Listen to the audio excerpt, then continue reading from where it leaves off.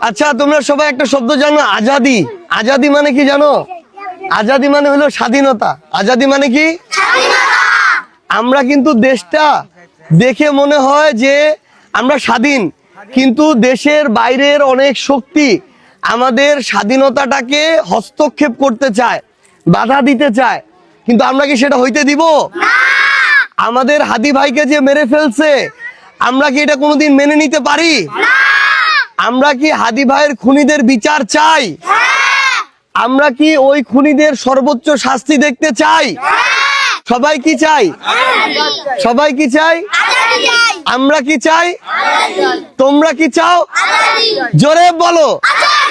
আমরা কি চাই? তোমরা কি চাও? সবাই কি চায়? দেশ কি চায়? জোরে বলো। ইনশাআল্লাহ হবেই হবে। সবাই দোয়া করবা, ঠিক আছে?